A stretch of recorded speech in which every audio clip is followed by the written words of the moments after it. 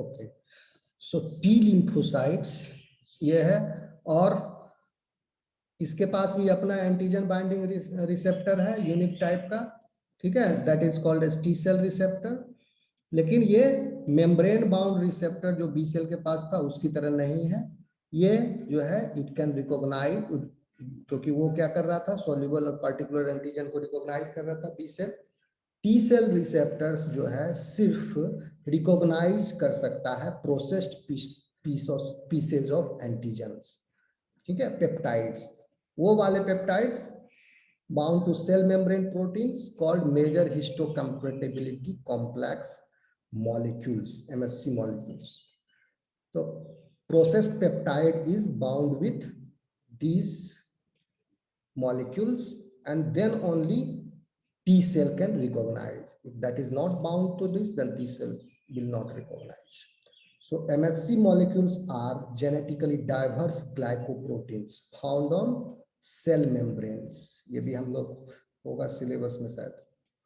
The ability of MHC molecules to form complexes with antigens allows cells to decorate their surface with internal foreign और self proteins.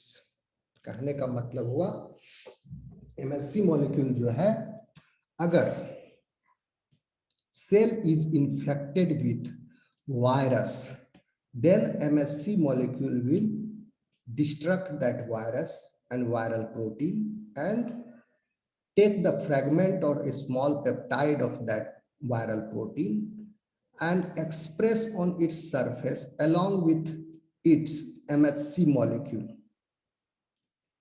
या अगर cell cancerous हो गया, then own protein will be expressed, because under the cancerous condition many abnormal type of the self proteins are expressed, so that protein is expressed along with the MHC molecule. आप लोग बता सकते हो कौन सा MHC class है यहाँ पर, 1 या 2?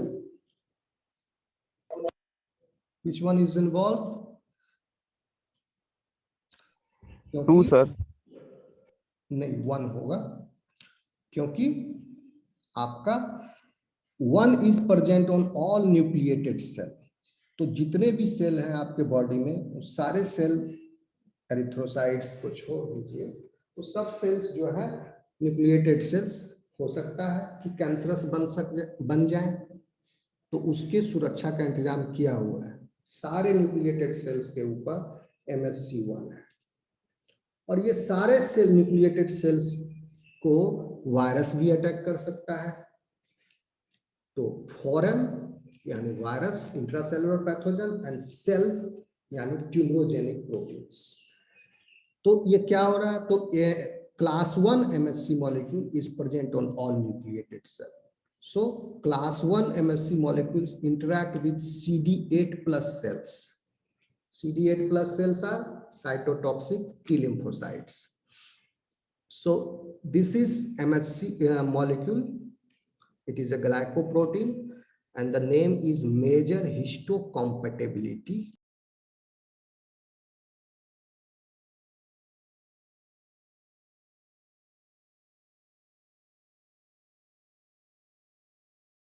हेलो, मेरी आवाज आ रही है?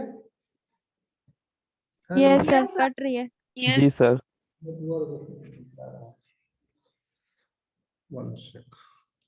तुम लोग की तरफ बारिश शांत हुआ? यस सर, बहुत। हाँ, शांत हो गया सारा, इधर से कम होते गया ना, उधर यहाँ तो काफी ज्यादा आया। बट एनीवे, आवाज आ रही है मेरी?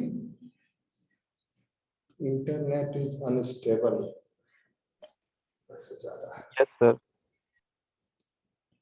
ओके, मैं चाहता हूं कि ये इतना कम से कम आज पढ़ लेते हैं। टी लिम्फोसाइट फिनिश कर लो और नेचुरल किलर सेल, बस।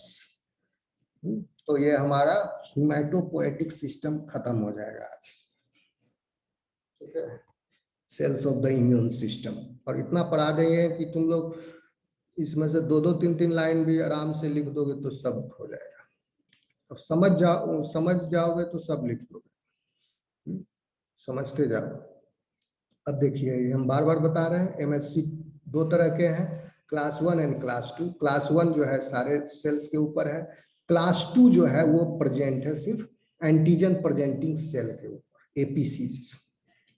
ठीक है, तो एपीसीज के ऊपर जब ये है तो it interacts with CD4+ sales. अभी आगे बढ़ेंगे हम लोग। देखिए, this is the branch pattern, ये याद कर लो आप। This is common lymphoid progenitor cell. दिख रहा है आपको फोटो ये?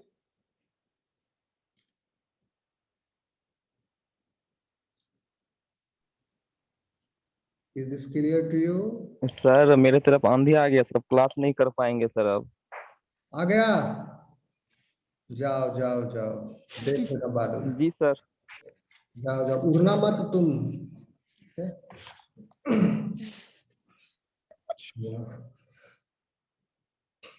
मेरी आवाज आ रही है बाकी लोग को? Yes sir. हाँ सर। चलो देखो, इफ फोटो दिख रहा है, common lymphoid progenitor cell Yes, sir. CLP है। ये कहां से आया? आपका haematopoietic stem cells. Stem cells. Stem cell मत बोलो, सिर्फ haematopoietic stem cell. Okay, stem cell बोलोगे तो बहुत कंफ्यूजन हो जाएगा, बहुत कंट्रोवर्शियल वर्ड है stem cell. And stem cell भी एम्ब्रॉयनिक स्टेम सेल और adult stem cell. Adult stem cell yes sir. के पास जो है रिन्यूअल कैपेसिटी की क्षमता जो है सीमित होती है। ऑल्दो ये आपका जो है ये बोन मैरो में जो सेल है, they are hematopoietic stem cell, they are adult stem cells, but they have the renewal capacity for the limited number of time। आपका एज जैसे जैसे बढ़ता जाएगा उसका रिन्यूअल कैपेसिटी घटता जाएगा, लेकिन एम्ब्रॉयनिक स्टेम सेल के पास रिन्यूअल कैपेसिटी इज अनलिमिटेड। तो आप कह सकते हो कि एडल्ट स्टेम सेल जो है वो भी थोड़ा सा डिफरेंशिएटेड है।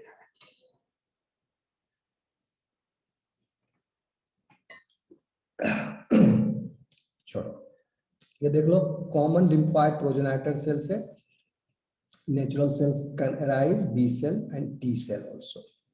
B cell will further differentiate into other cell types, plasma cell, memory cell, और एक और होता है नेचुरल किलर टी सेल भी। यहाँ एक और तीर मार लेना, NKT सेल। टी सेल में फिर देयर इज 2 टाइप्स ऑफ। तो सर ये नेचुरल किलर अलग है और नेचुरल किलर टी सेल अलग है, यानी दो है, हाँ अलग है, या इसी का ब्रांच है सर, यही आगे है? ये अभी क्लियर नहीं है। अभी एक नया तरह का टी सेल भी मिला है जिसको नेचुरल, जो जिसके अब आगे पढ़ेंगे, जिसके ऊपर टी सेल का भी प्रॉपर्टी है and it is functioning as natural killer cell also. दोनों काम करता है, इसीलिए उसका नाम दे दिया गया नेचुरल किलर टी सेल। तो कहाँ से आ रहा है ये I am not sure, it is not given in this book even. हो सकता है टी सेल के चैप्टर में दिया हो डिटेल में। ओके, तो एक अलग से बना लेना, या इसीलिए इसमें तीर मार के नहीं लिखा हुआ है वो। टी सेल से T helper cell, T cytotoxic cell, T helper cell से TH1, TH2, T regulatory and TH17। Yes, रट लो इसको, अब समझो इसमें हो क्या रहा है। देखिए, टी सेल का भी पॉपुलेशन जो है is divided into 2 major cell types, TH, T helper cells, and पहले तो आप दो बड़ा डिवीजन है। टी सेल पॉपुलेशन बहुत डाइवर्स है, हो सकता है और भी तरह के टी सेल्स हो, खोज होनी बाकी है, होगा खोज। सॉरी, रिसर्च होते रहेगा, नया नया सेल मिलेगा। इसका ये फंक्शन है इसका। तो अभी तक क्या मिला है हमको, टी सेल में भी दो तरह के सेल हैं, टी हेल्पर सेल्स जिनको कहा जाता है और टी साइटोटॉक्सिक सेल्स। अब देखिए ये दोनों सेल जो है अलग अलग हैं, दोनों के ऊपर सिग्नेचर जो है वो इसका है CD4 and CD8।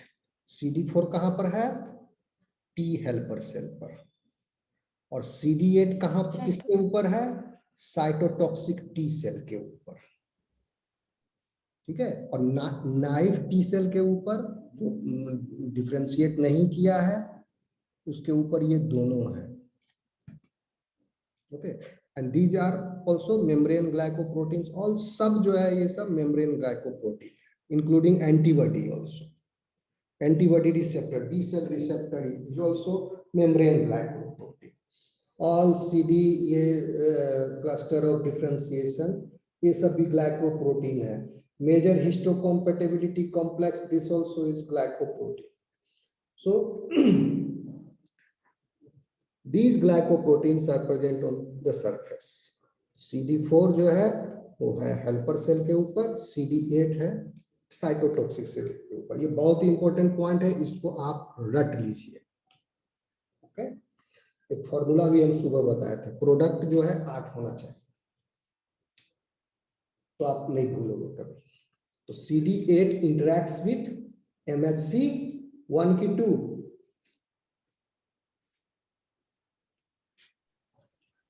MHC1 CD8 MHC1 और CD4 interacts with MHC2. MHC2 two से, yes sir. Membrane glycoproteins on their surface. So T cells displaying CD4 generally function as T helper cells and recognize antigen in complex with MHC2 class, MHC class 2, whereas those displaying CD8 generally function as cytotoxic T cell and recognize antigen in complex with MHC class 1. ठीक है, clear है, बार बार बोल रहा हूं मैं ये। Yes sir. yes sir. Okay, so अब देखिए एक पता लगाया जाता है, टेस्ट भी होता है कि उसका CD4 प्लस सेल और CD8 प्लस सेल का रेशियो निकालो। In a healthy human the ratio of CD, अब देखिए CD4 प्लस सेल का क्या मतलब हुआ, ये टी हेल्पर सेल है, प्लस है यानी प्रेजेंट है, these are T helper cells and CD8 plus cells are cytotoxic cells. तो अब इसका रेशियो अगर देखा जाए ब्लड सर्कुलेशन में तो CD4 plus cells are double in number than CD8 plus cells. तो ratio comes around 2:1 in mouse and human peripheral blood, मतलब सर्कुलेशन में बहुत सारे सेल जो हैं लिम्फ नोड में है बैठे हुए। ओके, लेकिन उनका एक तरह से क्या होता रहता है, उसको साइकिल है, मूव करते करते फिर कुछ देर वहां पर रुक जाएंगे लिम्फ नोड में, फिर वहां लिम्फ नोड में जो पहले से रेस्ट कर रहे थे वो निकल गए, वो पेरिफेरल में एंटर कर गए, फिर वो घूमा कुछ देर नाचा अपना सर्कुलेशन में, फिर वो किसी दूसरा लिम्फ नोड में जाके बैठ गया, जहां पर बैठा वहां से फिर दूसरा जो बैठा हुआ पहले से टी लिम्फोसाइट था वो निकल गया, वो सर्कुलेशन में घुस गया।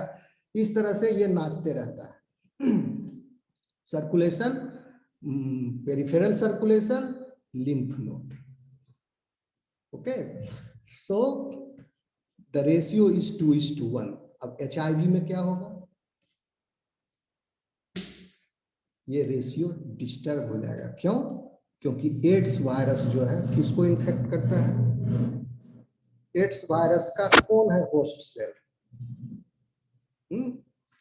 एड्स वायरस जो है घुसता है टी हेल्पर सेल के अंदर, इसको डिस्ट्रॉय कर देता है टी हेल्पर सेल पॉपुलेशन। तो जब टी हेल्पर सेल को डिस्ट्रॉय करने लगेगा HIV वायरस, HIV, सो क्या होगा, CD4 plus population will decrease, so this ratio will क्या होगा, घटेगा कि बढ़ेगा,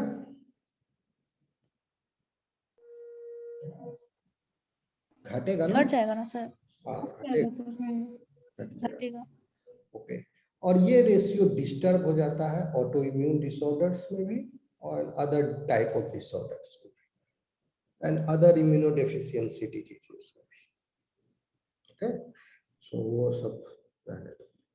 अब देखिए ये तो हो गया CD4 प्लस, अब नाइव CD8 प्लस सेल्स पर ध्यान, इसका भी बहुत इंपॉर्टेंट रोल है आपके सर्वाइवल में। ये तो टी हेल्पर सेल क्या कर रहा है, बाहर जो पैथोजन है, एक्स्ट्रा सेलुलर पैथोजन, उससे लड़ने में काम आता है। और साइटोटॉक्सिक टी लिम्फोसाइट्स जो हैं वो लड़ते हैं किसके against, intracellular pathogen such as virus और intracellular abnormal condition such as tumour. तो ट्यूमर सेल्स को क्या चाहिए, उसको मार के खत्म कर दो तुरंत, ताकि वो ट्यूमर, एक ट्यूमर सेल से फिर उसका कॉलोनी नहीं बने, क्लोन नहीं बने, बहुत सारा सेल्स बन जाएगा ट्यूमर सेल्स, ओके। तो फिर उसका मेटास्टेसिस होगा बाद में। तो एक सेल भी अगर जनरेट हुआ ट्यूमर का तो उसको वहीं मार के खत्म कर दो।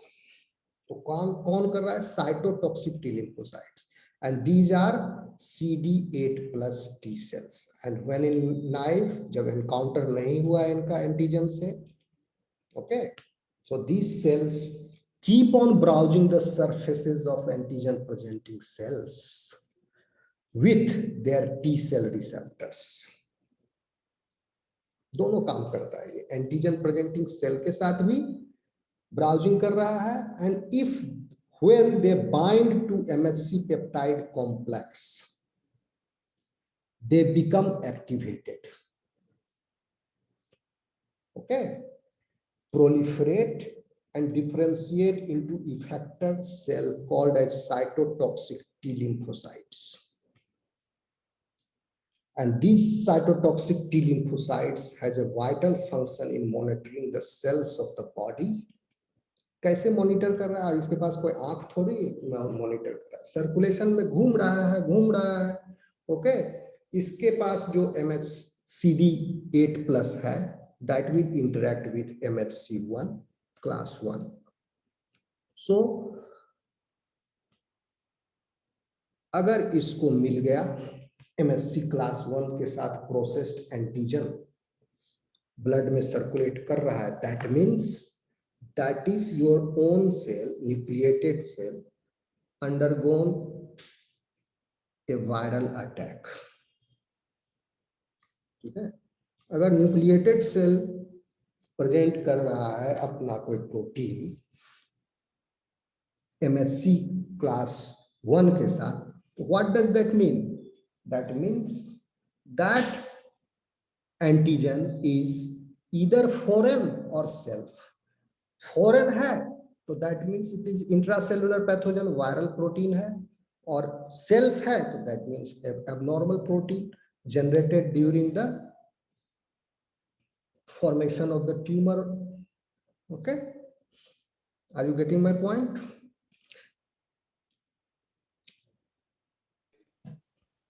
Yes, sir. And eliminating any cells that display foreign antigens complex with class 1 MHC, such as virus infected cells, tumor cells, and cells of a foreign tissue graft. इसी वजह से किडनी रिजेक्ट हो जाता है। क्या होगा अब किडनी रिजेक्ट होने का मतलब, किडनी ट्रांसप्लांट कर दिया गया, उस किडनी, वो किडनी के जो सेल्स हैं नेफ्रोसाइट्स, वो भी न्यूक्लिएटेड सेल्स है बट फ्रॉम डिफरेंट पर्सन। तो that different person and MHC जो प्रोटीन है, जीन है, मेजर हिस्टोकॉम्पैटिबिलिटी कॉम्प्लेक्स का, इसके कई सारे एलील्स हैं in the population. So haplotype mismatch occurs, and so because MHC भी मैच नहीं किया, हैप्लोटाइप मिसमैच हो गया, तो MHC इटसेल्फ इज जो है उस considered as antigen, Now MHC from the foreign tissue has considered as an antigen. So that organ is rejected by this body. इसलिए डोनेशन से पहले हैप्लोटाइप मैचिंग कराया जाता है, सुटेबल डोनर खोजा जाता है। अब देखिए, naive CD plus T cells also browse surface of antigen presenting cells. इसको आप ध्यान से समझिए, इसमें पूरा समरी है एक तरह से, ये पैराग्राफ में ये भी ब्राउज कर रहा था साइटोटॉक्सिक टी लिम्फोसाइट सर्कुलेशन में, जहां उसको क्लास 1 MHC के साथ पेप्टाइड प्रेजेंट मिला हुआ दिख गया, दैट मींस वो पेप्टाइड या तो वायरस का है या ट्यूमर सेल से आया है। सॉरी, बहुत ज्यादा गैस बन गया। सो ये naive CD4 plus T cells जो है, that also is browsing the surface of antigen presenting. ये क्या कर रहा है, एंटीजन प्रेजेंटिंग सेल के सरफेस को ब्राउज करता है with their T cell receptors. और जब रिकॉग्नाइज कर लिया किसके साथ, MHC क्लास 2 के साथ, MHC पेप्टाइड कॉम्प्लेक्स, यहाँ MHC क्लास 2 है, पेप्टाइड कॉम्प्लेक्स है, that means when peptide is present with MHC class 2, that means the peptide is coming from the extracellular origin and the pathogen is also extracellular. So that can become activated. Which one? NAV CD4 plus T cells can become activated and proliferate and differentiate into one of a variety of effector T cell subset. ये figure देखा आपने, one of variety, that is T helper 1 cells. Okay, TH cell is called as naive TH cells. Now at this stage it is presenting CD4 plus. हम क्या बताए थे इसके पहले, ये वाले T cells, naive T cells जो है, अभी डिफ्रेंशिएट जो नहीं किए हैं, इसके पास CD4 CD8 दोनों है। यहां डिफरेंशिएट किया CD4 CD8। अब TH सेल जो है डिफरेंशिएट किया, ये CD4 पहले से है इसके पास, this has differentiated into T helper 1 cells. कब, जब यहां पर इसको मिल गया MHC क्लास 2 के साथ एंटीजन प्रोसेस्ड किया हुआ प्रेजेंटिंग एंटीजन प्रेजेंटिंग सेल के द्वारा। ओके, तो यहाँ पर कोई स्टिमुलेटरी मॉलिक्यूल MHC जो है वो क्लास क्या है, 2 है, क्लास 2 के साथ है, तो ये T हेल्पर सेल को एक्टिवेट कर देगा वो।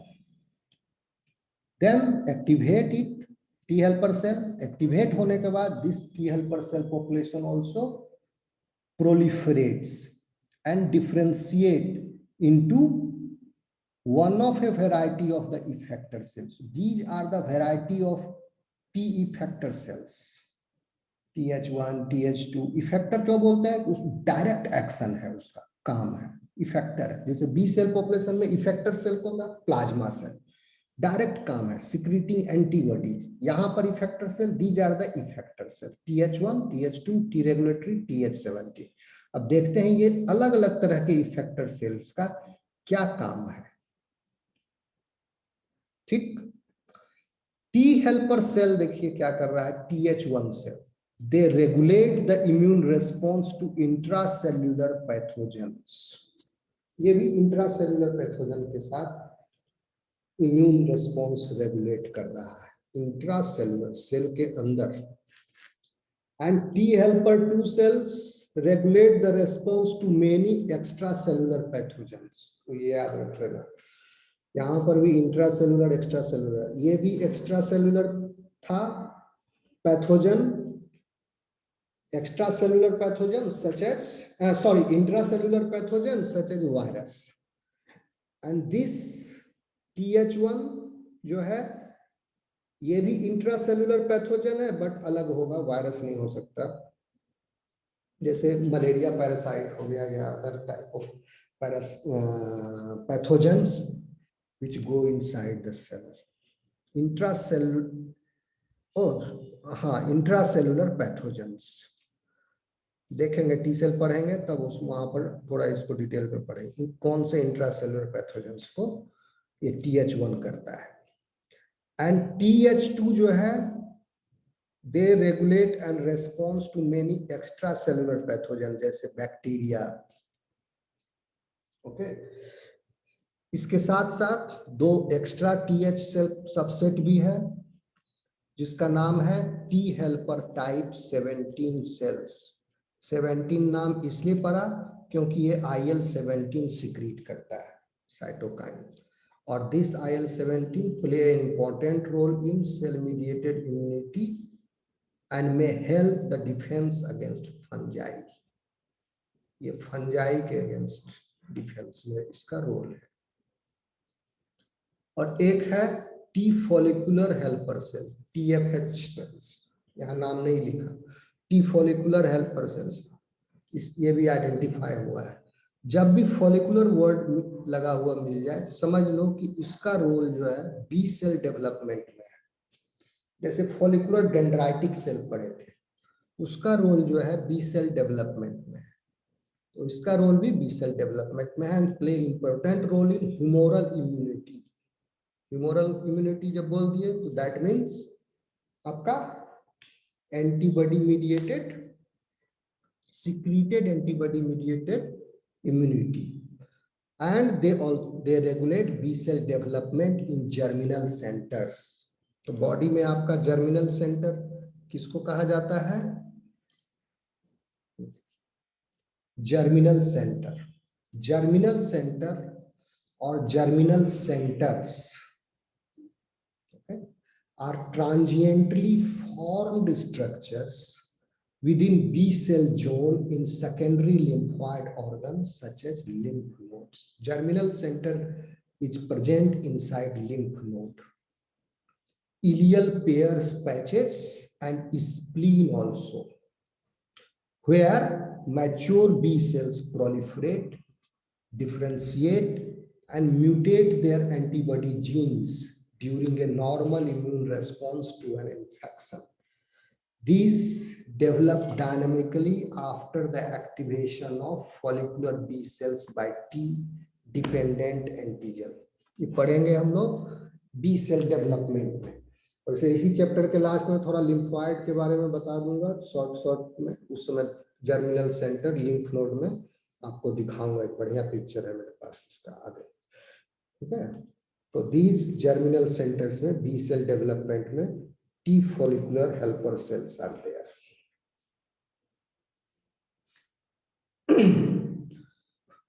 Which helper subtype dominates a response depends largely on what type of pathogen। कौन सा ज्यादा मात्रा में बनेगा ये निर्भर करेगा कि बैक्टीरिया इन्फेक्ट किया है कि फंगस इन्फेक्ट किया है कि वायरस इन्फेक्ट किया है।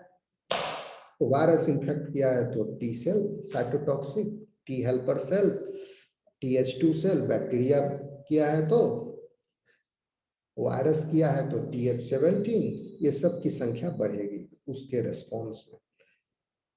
And each of this CD4 plus T cell subtypes produces a CD4 plus, यानी कौन से हो गए CD4 प्लस, ये भी CD4 प्लस हेल्पर सेल्स, ये भी CD4 प्लस ही है, ठीक है। T हेल्पर 17 भी CD4 प्लस ही है, ये सब CD4 प्लस है, TH से जो भी निकला ये these सेल्स। ये CD8 प्लस है, साइटोटॉक्सिक T lymphocytes।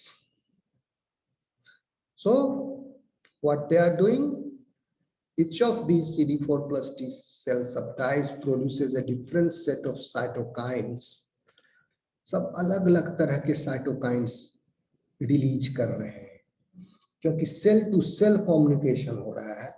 अगर एक ही तरह का साइटोकाइन सब रिलीज करने लगेगा तो फिर कंफ्यूजन हो जाएगा, कैसे संवाद होगा सेल के सेल बीच में।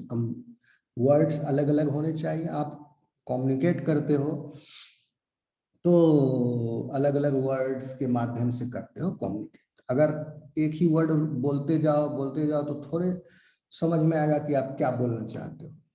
तो इसीलिए अलग अलग तरह के साइटोकाइंस सब सेल से निकलते हैं। Different set of cytokines that help enable or help the activation of B cells। देखेंगे आगे हम लोग B cell का TC cells, macrophages and various other cells that participate in the immune। सब अलग अलग तरह के साइटोकाइन इस सब सेल से निकल रहे हैं। The network of cytokines that regulate and are produced by these effector cells is described in chapter 11 in detail। मैं कह रहा हूं कि जैसे दो किताब आप लोग मान लो, क्यूबी और लेहनिंजर, दोनों को चाट जाओ, समझ गए? दोनों को, जिसको साइंस में अपना करियर बनाना है, दोनों को चाट जाओगे तो तुम्हारा निकल जाएगा कंपटीशन भी और आगे भी काम चल जाएगा। दो बहुत जरूरी है। अब देखिए another type of CD4+ T cells regulatory T cells भी होते हैं। Has the unique capacity to inhibit an immune response. Regulatory in action है ये, CD4+ ही है बट रेगुलेटरी इन एक्शन। क्या कर रहा है? Inhibit an immune response, immune response को कम करता है। These cells can arise during maturation in the thymus from autoreactive cells। Autoreactive cells. अब देखिए होता क्या है, क्यों जरूरत पड़ती है इसकी? अगर इस सेल पॉपुलेशन को हटा दिया जाए या कोई वायरस अगर इसको खा जाए, इसको खत्म कर दे टी रेगुलेटरी सेल्स को, तो क्या होगा पता है? ऑटो इम्यूनिटी डेवलप हो जाएगा। बिकॉज जब B cell T cell differentiation हो रहा था तो जीन रीअरेंजमेंट से different types of receptors, second,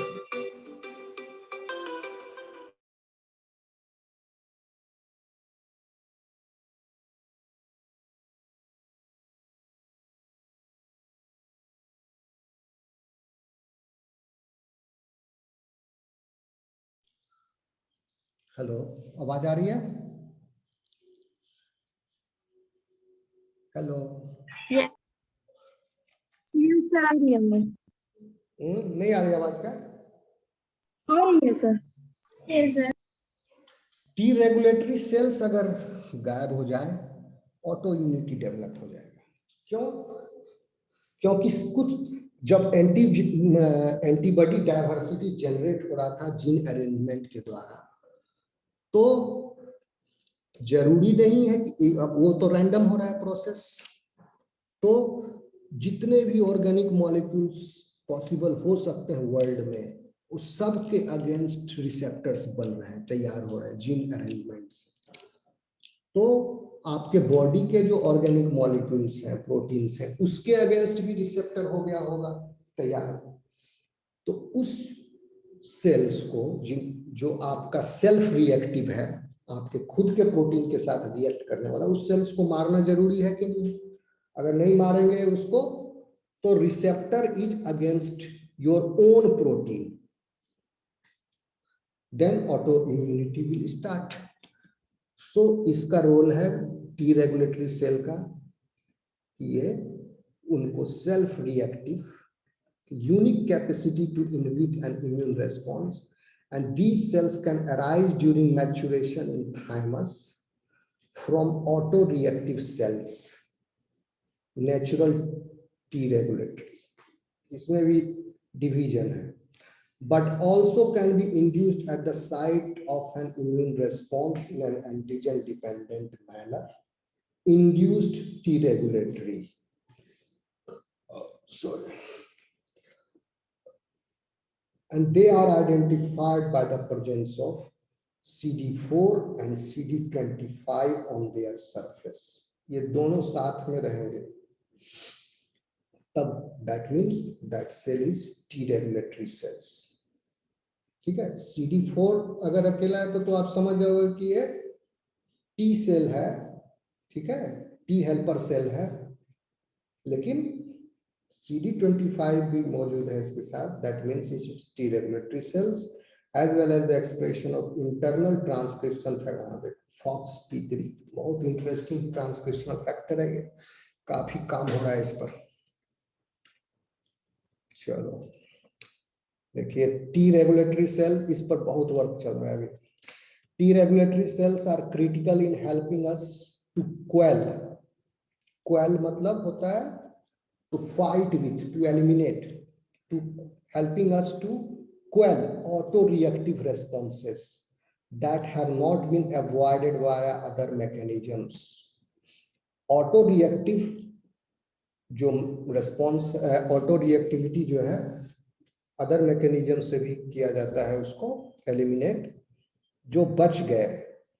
एक भी ऑटो रिएक्टिव सेल नहीं होना चाहिए, अदरवाइज ऑटो इम्यूनिटी सर्वाइवल पर क्वेश्चन हो जाएगा, ऑटो रिएक्टिव ऑटो इम्यूनिटी होने लगेगा। तो इसलिए ये व्यवस्था की हुई है कि जो बच भी गए हों वाया अदर मैकेनिज्म्स, उसको टी रेगुलेटरी सेल्स जो है एलिमिनेट करेंगे। In fact, mice depleted with T regulatory cells are afflicted with a constellation of destructive self-reactive inflammatory reactions। देखिए, माइस में टी रेगुलेटरी पॉपुलेशन को हटा दिया तो क्या हो रहा है उसके अंदर, कॉन्स्टिलेशन ऑफ बहुत प्रकार के डिस्ट्रक्टिव, साथ ही साथ self reactive inflammatory reaction, auto immune disorder start हो गए। However, T regulatory cells may also play a role in limiting our normal T cell response to a pathogen। दूसरा काम इसका ये भी है, heightened response ना हो, ठीक है। CD4 plus and CD8 plus T cell subpopulation may be even more diverse than currently described। यहाँ पर भी कहानी खत्म नहीं हुआ है। CD4 plus cells, ये CD4 plus सेल और भी इसमें हो सकते हैं अलग अलग प्रकार के सेल, और CD8 plus सेल में भी और हो सकते हैं। A new discovery is putting light on it। So T cell subpopulation may be even more diverse than currently described, and the field should expect identification of additional functional subtypes in future। also answered question है, तो उसका जवाब अगर हमको मिलेगा तभी, जब other function जो है ये कैसे